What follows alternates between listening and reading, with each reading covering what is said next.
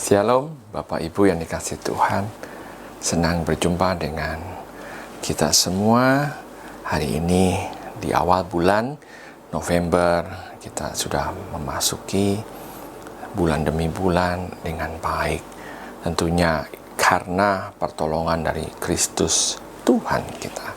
Sebelum kita mendengarkan firman Tuhan, kita bangkit berdiri, kita akan berdoa.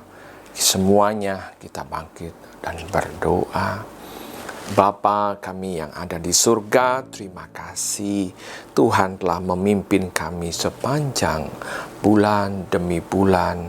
Dari bulan pertama hingga bulan Oktober, hingga kami masuk di dalam bulan November hari ini dalam keadaan baik. Semuanya itu karena pertolongan Tuhan. Tuhan, terima kasih. Sebentar kami akan mendengarkan kebenaran firman Tuhan. Tuhan pakai hamba-Mu.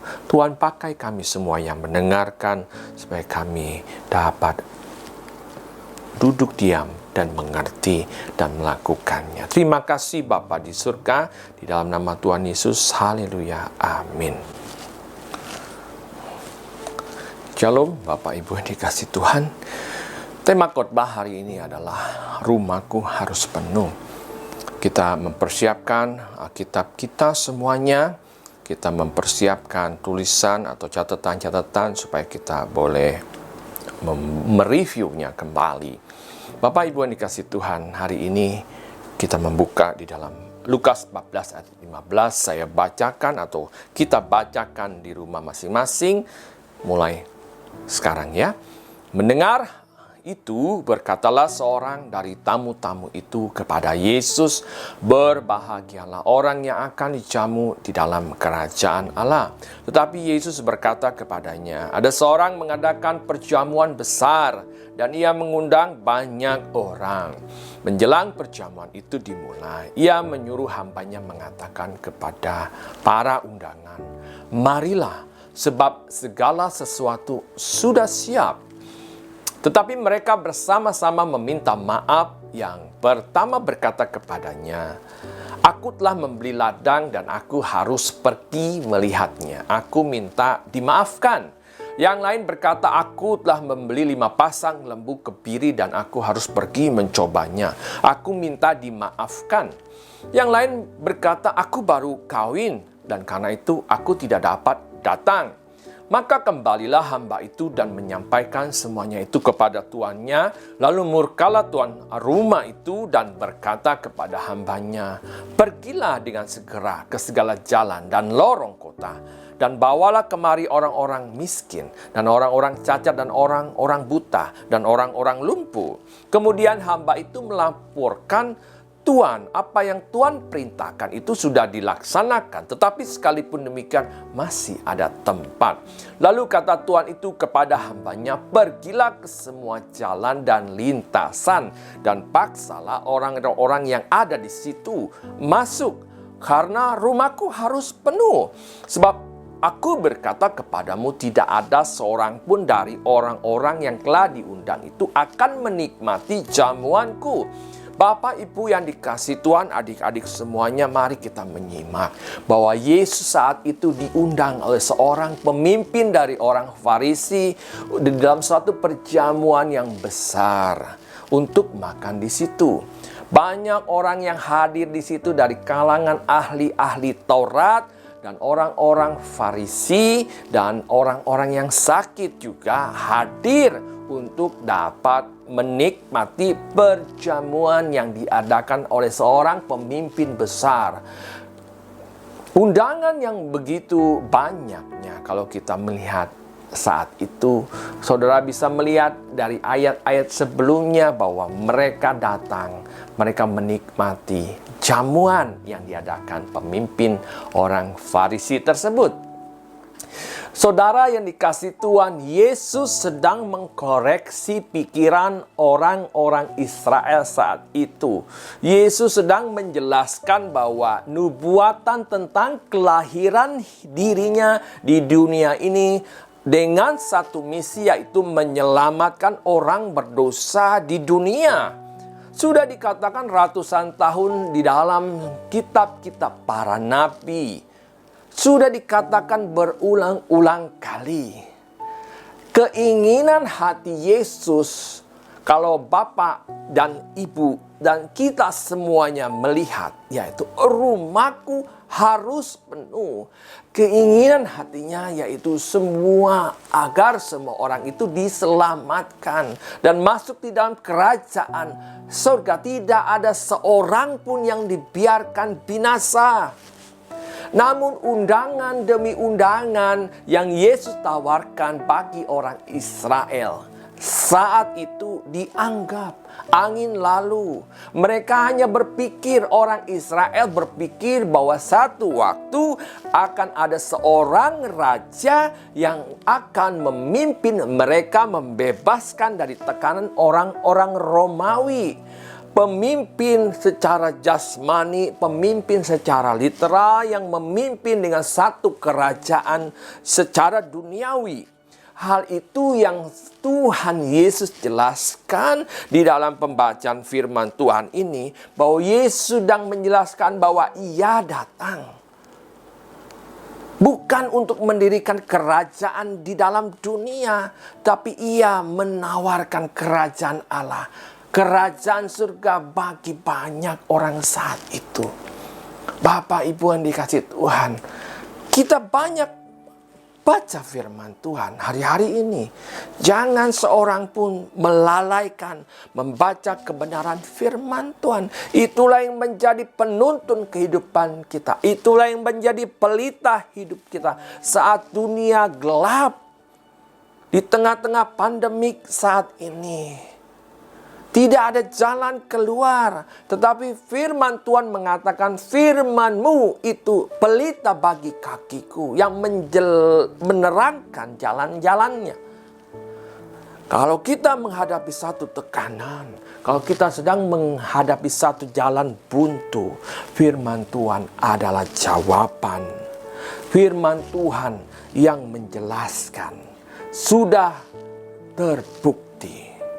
Bapak Ibu yang dikasih Tuhan, di tengah pandemik saat ini, bukanlah kita menjauh daripada Tuhan. Di tengah-tengah pandemik ini, Tuhan Yesus mengingatkan bagi saya dan saudara semua, jangan tinggalkan Tuhan. Kita akan lanjutkan, Bapak Ibu, adik-adik semuanya masih tetap antusias walaupun kita beribadah secara online. Apabila Bapak, Ibu, kita semuanya mendengarkan dengan sungguh-sungguh, ada berkat, ada manfaat yang kita semua terima. Banyak di antara kita melihat ibadah secara online dan mereka tidak beribadah dengan sungguh-sungguh. Ada yang bermain-main, ada yang mengisi liburannya dengan berbagai macam hobi, menghabiskan waktunya untuk hiburan. Bukankah yang Tuhan perintahkan, beribadahlah dengan sungguh-sungguh? Mari kita melihat 3 karakter yang disampaikan oleh Yesus terhadap orang-orang Israel. Kita akan melihat dengan sungguh-sungguh apakah 3 karakter tersebut ada dalam kehidupan kita. Di dalam terjemahan King James dikatakan, Then said he unto him, a certain man made a great supper and bade many. Ada undangan yang begitu banyak karena ada jamuan makan malam. Dikatakan jamuan makan malam. Itu yang menjadi titik poin kita untuk mengerti jamuan makan malam. Karena hari-hari ini adalah hari-hari terakhir. Bukan jamuan pagi, bukan jamuan siang, tetapi the great supper, artinya hari ini kita hidup di zaman akhir. Jangan sia-siakan waktu yang ada dengan meninggalkan Tuhan, dengan meninggalkan Tuhan dengan cara-cara kehidupan yang egoistis. Tentunya yang mengadakan pesta ini adalah orang yang kaya, yang terpandang. Menjelang perjamuan itu, ayat 17 dikatakan dimulai. Ia menyuruh hambanya mengatakan kepada para undangan, marilah sebab segala sesuatu sudah siap. Rekonfirmasi, konfirmasi ulang terhadap para undangan yang telah diundang. Konfirmasi ulang. Marilah dengan sopan. Dia mengutus hambanya kepada 3 karakter. Nanti kita akan melihat. Karakter yang pertama, tetapi mereka bersama-sama meminta maaf. Kayaknya sudah ada kolusi di antara mereka. Yang pertama berkata kepadanya, aku telah membeli ladang dan aku harus pergi melihatnya. Aku minta dimaafkan. Banyak alasan untuk mengikuti Tuhan di akhir zaman ini. Banyak alasan untuk tidak berdoa. Banyak alasan untuk tidak membaca firman Tuhan yang tidak masuk akal.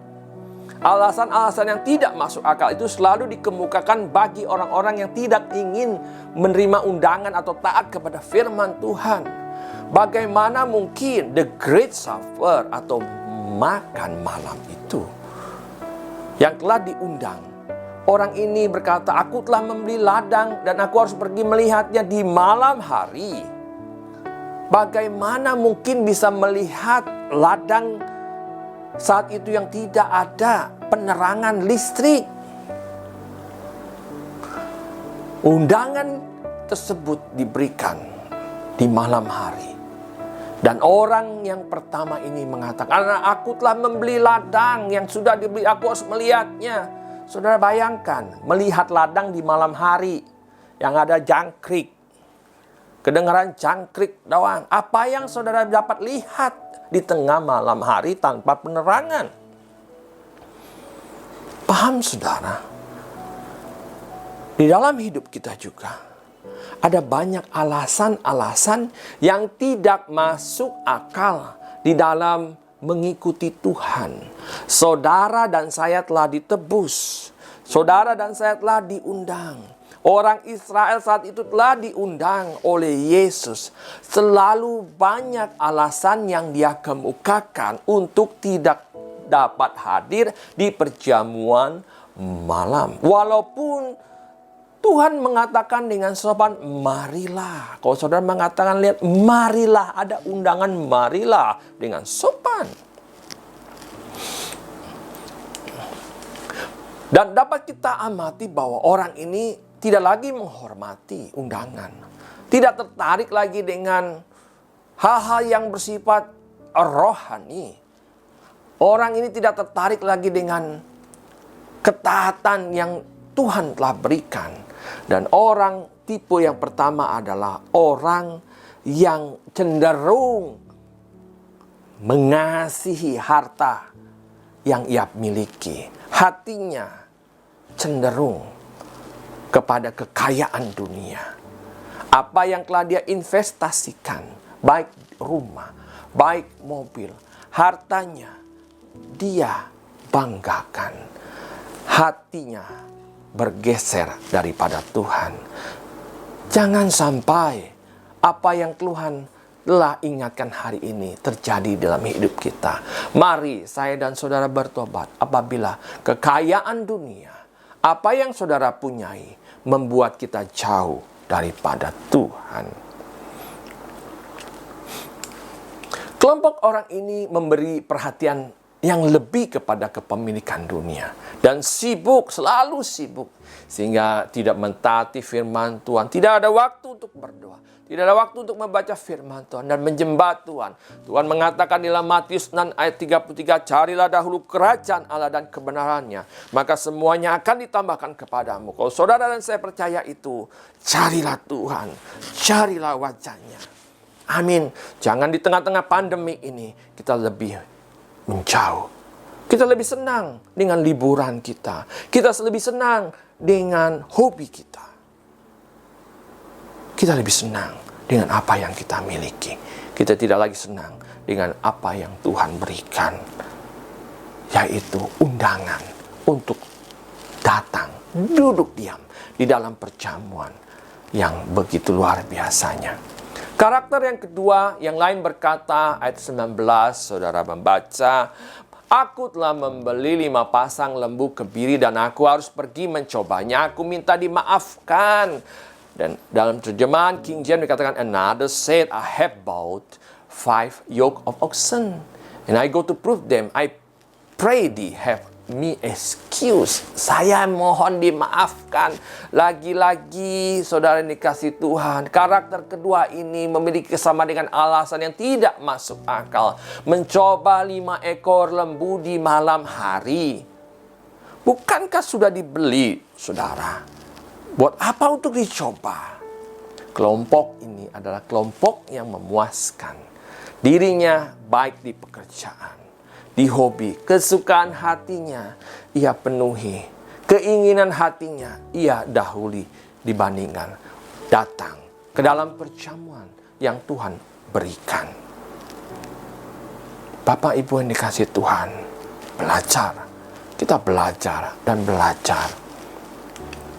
Karakter yang ketiga, yang lain berkata, aku baru kawin dan karena itu aku tidak dapat datang. Alasan jaka sembung. Ini memberi alasan yang tidak masuk akal. Yang sekali lagi selalu banyak alasan untuk menolak undangan. Jaka sembung. Nggak ada nyambung, saudara. Orang diundang. Bukankah dia bisa membawa istrinya datang ke dalam perjamuan malam saat itu? Aku baru menikah. Nggak ada hubungannya. Lu mau datang atau tidak? Kita mau datang atau tidak? Dan itu bisa kita ambil kesimpulan. Keluarga selalu menjadi alasan untuk tidak lagi mentaati firman Tuhan. Orang takut akan ditinggalkan oleh kerabat terdekatnya, istri terdekat, suami terdekatnya, orang tua. Dibandingkan dengan Tuhan. Karakter ketiga ini dilema. Orang yang sangat besar yang dialami orang percaya. Dilema yang sangat besar. Keluarga di atas segalanya saat ini. Kalau Bapak Ibu membaca ayat yang ke-26, ini ditekankan bahwa jika seorang datang kepadaku namun ia mengasihi ayahnya, istrinya, anak-anaknya, saudaranya, laki-laki saudaranya, perempuan, bahkan jiwanya sendiri melebihi aku, kata Tuhan Yesus, maka ia tidak dapat menjadi muridku. Yesus menjadi prioritas pertama, urutan pertama di dalam segala sesuatu. Dia tidak mau dibandingkan dengan yang lain. Dia harus menjadi prioritas. Tuhan Yesus yang telah menyelamatkan saya dan saudara harus menjadi prioritas utama dalam kehidupan kita. Jika seorang datang kepadaku, namun ia lebih mengasihi ayahnya, istrinya, anak-anaknya, saudaranya laki-laki, saudaranya perempuan, bahkan jiwanya sendiri melebihi aku, ia tidak dapat menjadi muridku. Statement yang begitu keras, statement yang begitu keras bagi orang-orang yang lebih mengasihi kerabat atau orang-orang terdekatnya. Di ayat yang ke-21, maka kembalilah hamba itu menyampaikan semuanya itu kepada tuannya. Lalu murkalah tuan rumah itu dan berkata kepada hambanya, dari 3 orang itu 0 yang mau mengikuti atau datang. Tidak ada seorang pun dari 3 karakter itu yang berkomitmen untuk datang menghadiri undangan dari tuan yang mengajak ke dalam perjamuan besar tersebut. Dan murkalah tuan rumah itu dan berkata kepada hambanya, pergilah dengan segera ke segala jalan dan lorong kota dan bawalah kemari orang-orang miskin dan orang-orang cacat dan orang-orang buta dan orang-orang lumpuh. Kemudian hamba itu melaporkan, Tuan, apa yang sudah Tuhan perintahkan sudah dilaksanakan, tetapi sekalipun demikian masih ada tempat.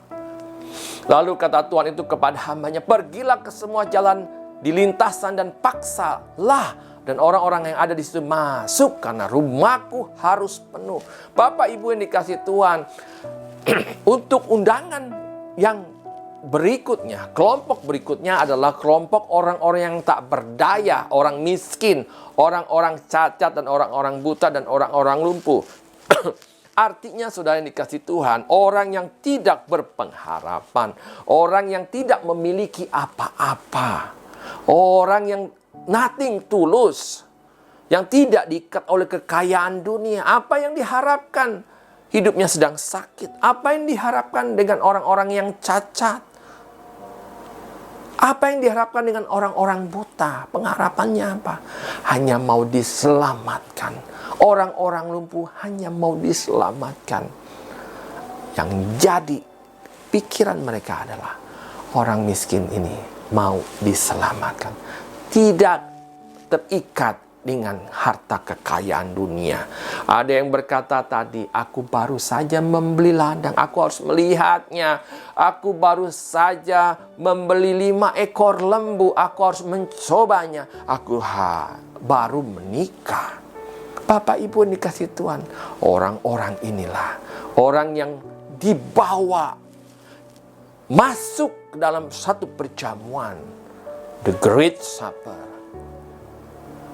Jangan sampai kita yang telah diberi undangan, kepercayaan, malah tertinggal. Yang terdahulu akan menjadi terkemudian, yang terkemudian akan menjadi terdahulu. Bapak Ibu yang dikasihi Tuhan, adik-adik semuanya, firman Tuhan tadi berkata, marilah. Yang kedua, undangan berikutnya di kelompok-kelompok kaum papa dikatakan, bawalah, bringing in. Bawalah mereka. Karena kerinduan hati Tuhan adalah menyelamatkan semua orang. Dan kita adalah orang-orang yang miskin. Kita adalah orang-orang yang cacat. Kita adalah orang-orang yang buta, yang membutuhkan belas kasihan Tuhan, yang mendapatkan anugerah Tuhan. Bawalah mereka. Kitalah orang yang meresponi panggilan untuk masuk ke dalam perjamuan yang begitu besar. Bawalah. Berikutnya adalah kemudian hamba itu melaporkan Tuhan, apa yang Tuhan perintahkan itu sudah dilaksanakan, tetapi sekalipun demikian masih ada tempat. Masih banyak tempat. Lalu kata Tuhan itu kepada hambanya, pergilah ke semua jalan dan lintasan. Paksalah orang-orang yang ada di situ masuk karena rumahku harus penuh. Undangan yang pertama adalah marilah. Yang kedua adalah bawalah. Yang ketiga adalah paksalah. Begitu hatinya Tuhan. Tidak ada seorang pun yang ditinggalkan. Hatinya Yesus tidak ada seorang pun binasa. Dia mau memaksa orang untuk masuk ke dalam kerajaannya. Anugerahnya begitu besar bagi kita. Bapak Ibu yang dikasihi Tuhan, adik-adik semuanya, banyak berdoa di tengah-tengah pandemi, di tengah-tengah akhir zaman ini. Harus banyak berdoa, mereview apa yang kita kerjakan. Kita akan membaca goal dari ayat yang kita baca tadi di atas adalah ayat yang ke-33, Lukas 14 ayat 33 berkata, demikian pula lah tiap-tiap orang di antara kamu yang tidak melepaskan dirinya dari segala miliknya tidak dapat menjadi muridku.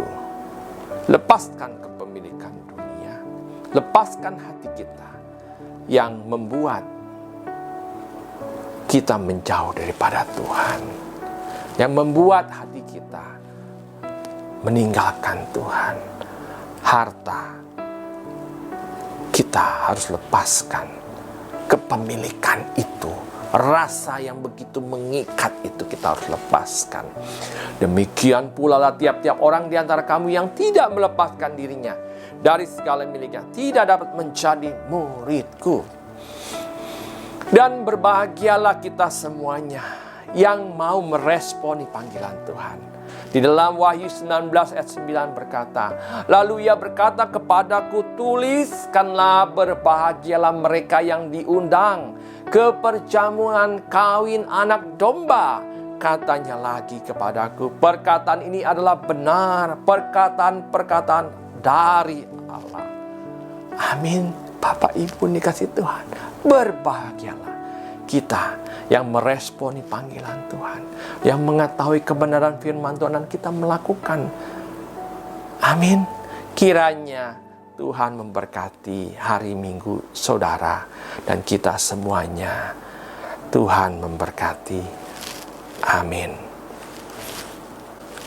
Bapak Ibu yang dikasihi Tuhan, hari ini kita akan masuk ke dalam perjamuan kudus. Apakah Bapak Ibu sudah menerima roti dan anggur yang dikirimkan di rumah Bapak Ibu? Kalau sudah menerimanya, kita berdoa terlebih dahulu. Mari kita bangkit berdiri. Bapa kami yang ada di sorga, terima kasih kami telah mendengar kebenaran firman Tuhan. Dan kami akan masuk ke dalam perjamuan kudus. Tuhan menguduskan hati kami. Terima kasih kalau Engkau telah memberi kesempatan kepada kami untuk makan dan minum sehidangan dengan Tuhan di hari Minggu ini. Kiranya berkat ini berlimpah-limpah dalam kehidupan kami melalui perjamuan kudus yang akan kami lakukan. Tuhan memberkati jemaat, Tuhan menguduskan kami, hati dan pikiran kami, menguduskan semua perasaan kami. Terima kasih Bapa di surga, kami berdoa dan mengucap syukur. Haleluya, amin. Bapak Ibu tetap bangkit berdiri. Kita akan masuk ke dalam perjamuan kudus. Bapak Ibu bisa buka roti dan anggur. Apakah Bapak Ibu semua sudah siap? Mari kita angkat roti kita. Sebab apa yang telah kuteruskan kepadamu telah aku terima dari Tuhan, yaitu bahwa Tuhan Yesus pada malam waktu Ia diserahkan mengambil roti. Dan sesudah itu Ia mengucap syukur atasnya. Ia memecah-mecahkannya dan berkata, inilah tubuhku yang diserahkan bagi kamu. Perbuatlah ini menjadi peringatan akan aku. Bukankah roti yang kita pecah-pecahkan dan atasnya kita ucapan syukur adalah persekutuan kita dengan tubuh Kristus? Mari kita makan di dalam nama Tuhan Yesus Kristus.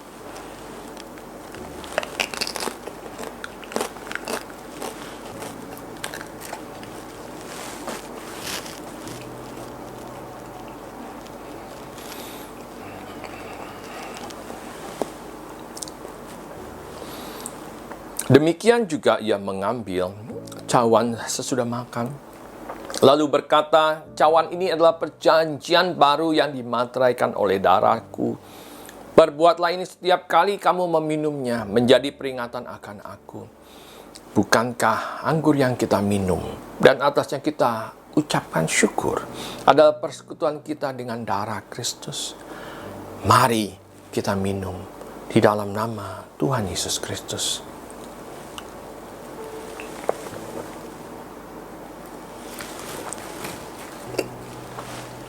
Naikkan syukur, saudara. Terima kasih Tuhan, terima kasih. Terima kasih Tuhan. Terima kasih ya Roh Kudus. Bapa, terima kasih kami telah melakukan perjamuan kudus. Tuhan memberkati jemaat Tuhan yang mengambil bagian di dalamnya.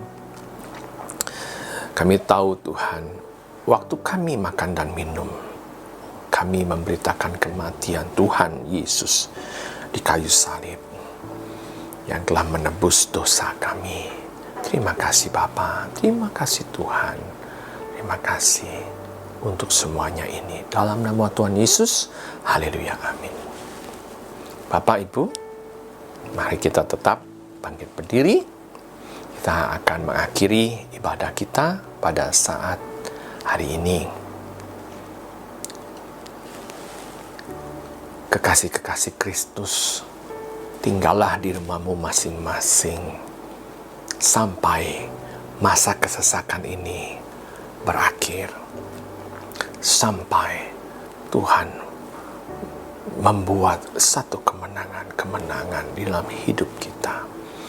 Biarlah berkat Allah Bapa kita di sorga berlimpah-limpah di dalam kehidupanmu, di dalam setiap pekerjaanmu, di dalam setiap usaha, di dalam setiap sekolah, di dalam apapun yang engkau kerjakan. Berkat Allah Bapa di surga tercurah berlimpah-limpah. Dan oleh anaknya Yesus Kristus, persekutuan yang begitu indah, dan juga oleh Roh Kudus yang memberi kekuatan, memberi penghiburan kepada kita di masa-masa kesusahan ini. Dia adalah Allah, Tuhan yang menghibur kita, menemani kita mulai saat ini sampai Tuhan Yesus menjemput kita di awan-awan yang permai. Kita semua yang percaya katakan amin. Ibadah selesai. Tuhan memberkati hari Minggu saudara. Amin.